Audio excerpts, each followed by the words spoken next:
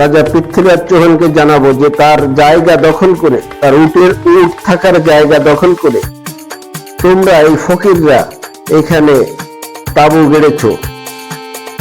তিনি এই খবর শুনলে তোমাদের কতল করে ফেলবে।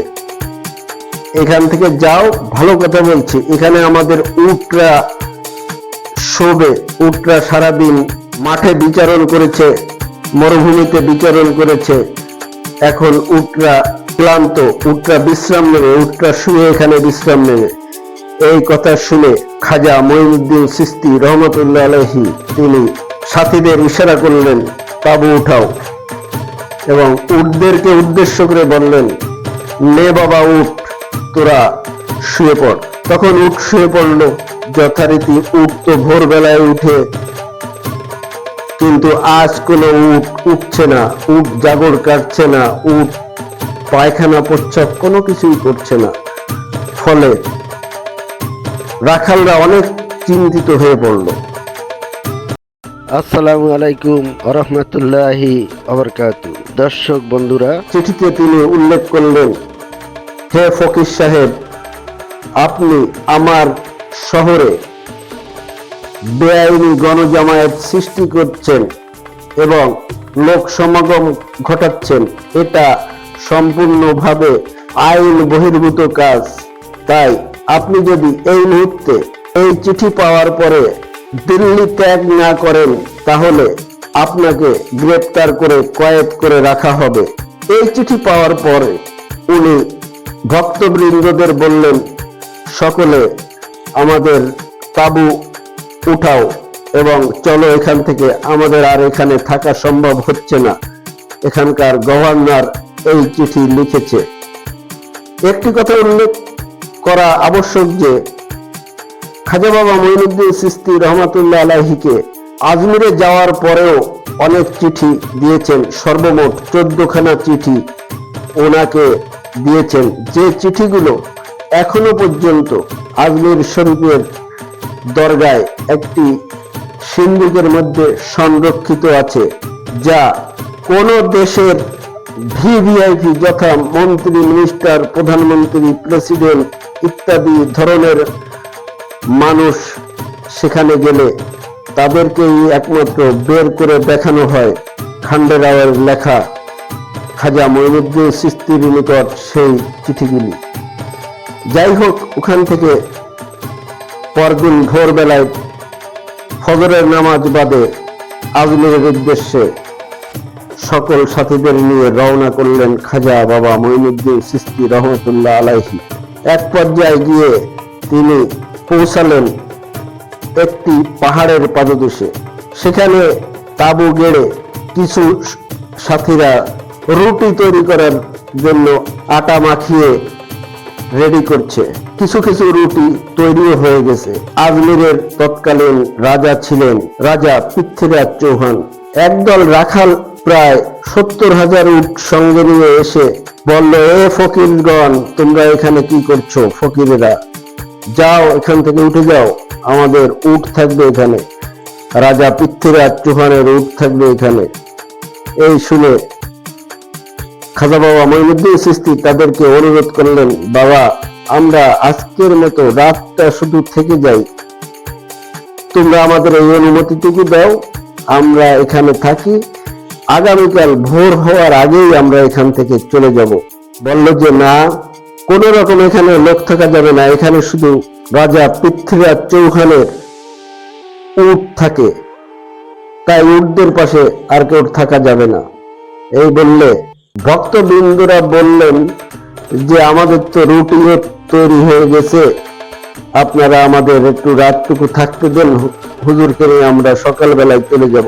তখন তারা রাগান্বিত হয়ে বলল যে এই ঘটনা আমরা এখনই রাজা পৃথ্বীরাজ চৌহানকে জানাবো যে তার জায়গা দখল করে, তার উট থাকার জায়গা দখল করে তোমরা এই ফকিররা এখানে তাঁবু গেড়েছ।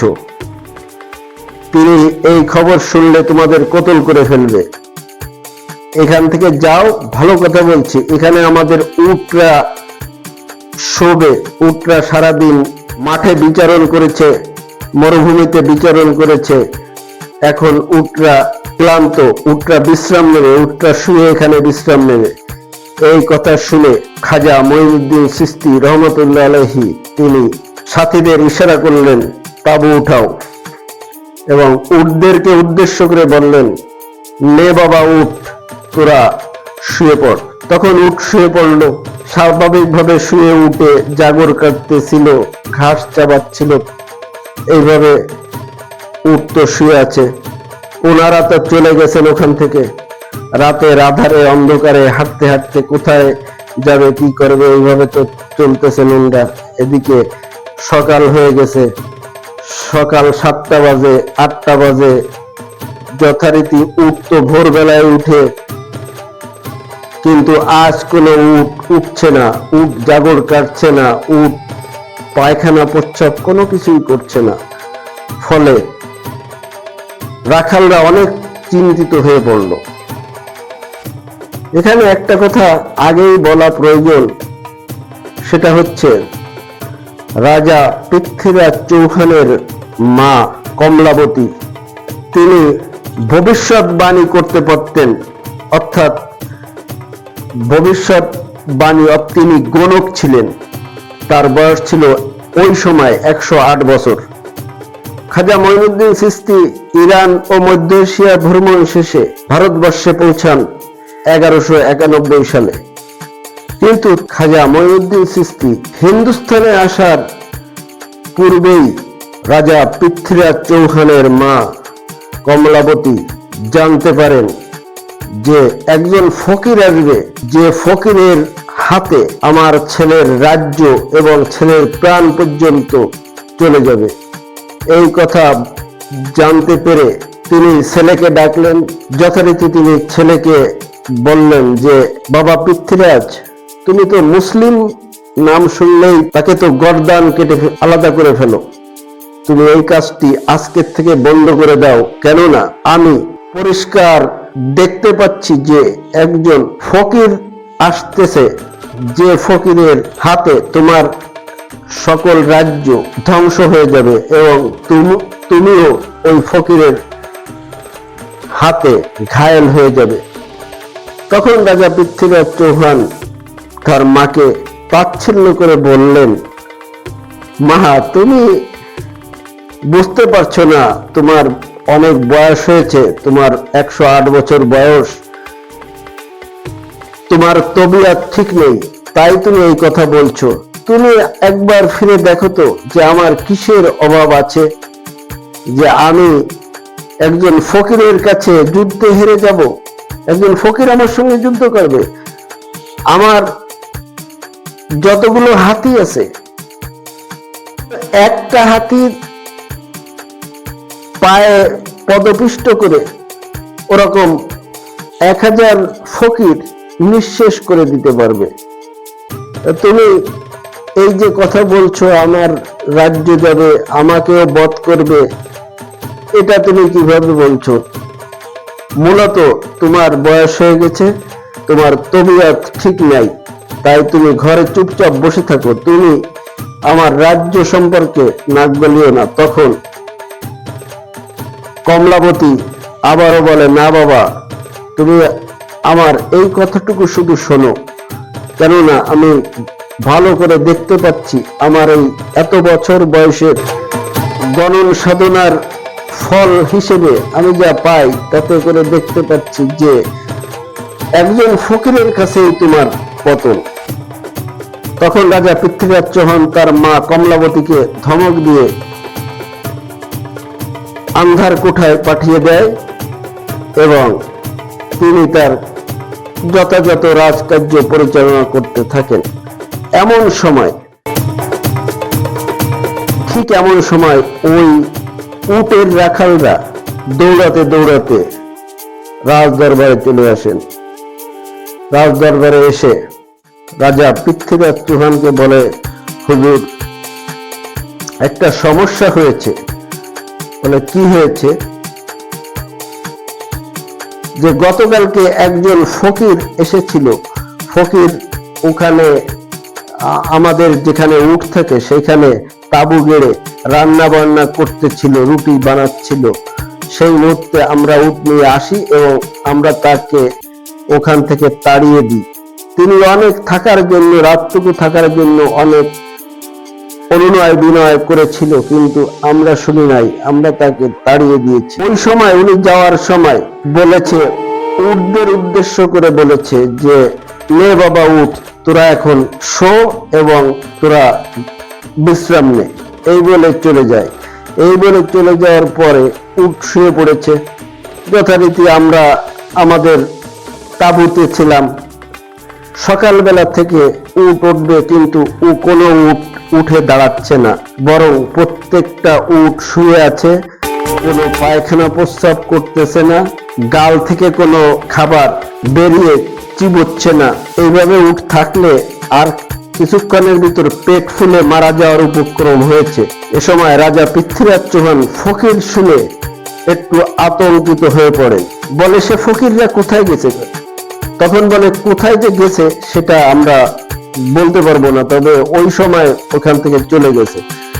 যাও, যে সেই ফকিরদের খোঁজো এবং আমার কথা বলো যে রাজা পৃথ্বীরাজ চৌহান পাঠাইছে, আমাদের উটগুলো উঠছে না, আপনি বলেছেন উটকে শুয়ে থাকতে, উট তো শুয়ে আছে, আপনি একটু দয়া করে আমাদের উটগুলোকে উঠিয়ে দিন। তখন রাখালরা আবার দৌড় শুরু করেছে। দৌড়াতে দৌড়াতে বেশ কিছু দূর গিয়ে দেখতে পেল যে আর একটা জায়গায় একটা তাঁবু দেখা যাচ্ছে পাহাড়ের পাদদেশে। তখন তাদের কাছে গিয়ে দেখলো, হ্যাঁ, সেই ফকিররা এখানে আছে। তখন ওই ফকিরদের কাছে গিয়ে বলল যে, হুজুর, আমাদের ভুল হয়েছে, আমাদের অন্যায় হয়েছে, আপনাদের ওখান থেকে তাড়িয়ে দেওয়া, আপনারা আমাদের ক্ষমা করেন, আমাদের উটগুলো উঠছে না কেন? উটগুলো তো মরে যাবে, অবলা প্রাণী, ওদেরকে আপনি একটু বাঁচান।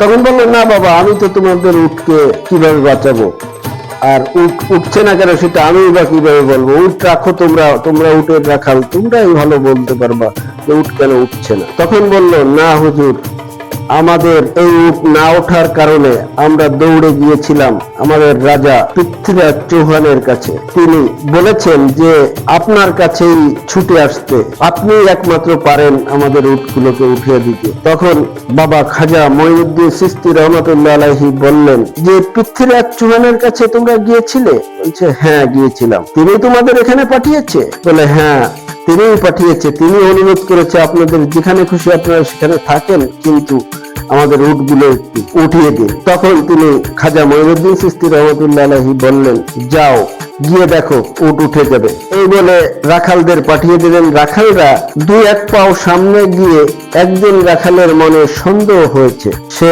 অন্য রাখালদের বলছে, এ ফকির বাবা তো কোনো কিছু পড়লো না, কোনো ফু দিল না, বা এমন কিছু দিল না যেগুলো আমরা ওইখানে নিয়ে ব্যবহার করলে উট উঠে যাবে, তা আমরা চলে যাচ্ছি কেন? আবার না ফকির বাবার কাছে ফিরে গিয়ে জানি যে বাবা কিভাবে উট উঠবে। তখন রাখালদের মধ্যে একজন নেতা ছিল, যে পুরনো রাখাল, যাকে সিনিয়র রাখাল বলা হয়, সে সবাইকে ধমক দিয়ে বলল, চুপ কর, হুজুরের সঙ্গে আর এ বিষয়ে কথা বলা যাবে না, কারণ গতকালকে ওনার কথায় উট শুয়ে পড়েছে। উনি যখন বলেছে আমাদের আগে গিয়ে দেখতে হবে উট উঠেছে কিনা।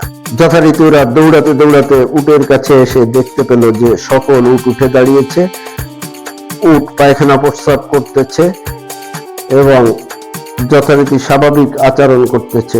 এই দেখে তখন বলল, দেখেছিস, হুজুরের কাছে পুরো পরবর্তীতে যদি আবার জিজ্ঞেস করা হতো তাহলে এটা বেয়াদবি হতো, তাই আমরা আগে এসে আমাদের উট দেখা উচিত ছিল, বিধায় আমরা উট দেখেছি এবং উটের এখন স্বাভাবিক অবস্থা, উটের বিরাজ করছে, ফলে হুজুরকে আর বিরক্ত করা যাবে না। এই বলে তারা উট নিয়ে চড়াতে বেরিয়ে গেল। কিন্তু রাজা পৃথ্বীরাজ চৌহানের মনের মধ্যে ওই ফকির আতঙ্ক ভর করল। ওই দিন চলতে চলতে খাজা মঈনুদ্দিন চিশতি রহমাতুল্লাহ আলাইহি সদল বলে গিয়ে রাতে আজমিরের গুলবাগ নামক স্থানে পৌঁছালো। গুলবাগ হচ্ছে বর্তমান আজমির শরীফের বাস স্ট্যান্ড। আর রাজা পৃথ্বীরাজ চৌহানও তার কিছু গোয়েন্দাদের ফকিরের গতিবিধির উপর নজর রাখতে নির্দেশ দিলেন। গুলবাগে পৌঁছে খাজা মঈনুদ্দিন চিশতি ওখানে তাঁবু গাড়লেন এবং পানির সন্ধান করতে বললেন। পাশে তার ভক্তবৃন্দরা দেখতে পেল বিশাল এক লেক, সমুদ্রের ন্যায় এক লেক, যেটার নাম আনা সাগর। আনা সাগরে অথই পানি রয়েছে। ওখান থেকে পানি এনে উজু সেরে নামাজে রত হলেন। এরপর খাওয়া দাওয়া করে তিনি ওখানে আবার বয়ান শুরু করলেন। বন্ধুরা, আজ এ পর্যন্ত। খাজা মঈনুদ্দিন চিশতি রহমাতুল্লাহ আলাইহির আরও অলৌকিক মোজেজা দেখার জন্য আমাদের চ্যানেলটি সাবস্ক্রাইব করে আমাদের সাথেই থাকুন। আল্লাহ হাফেজ। আসসালামু আলাইকুম ওয়া রাহমাতুল্লাহি ওয়া বারাকাতুহু।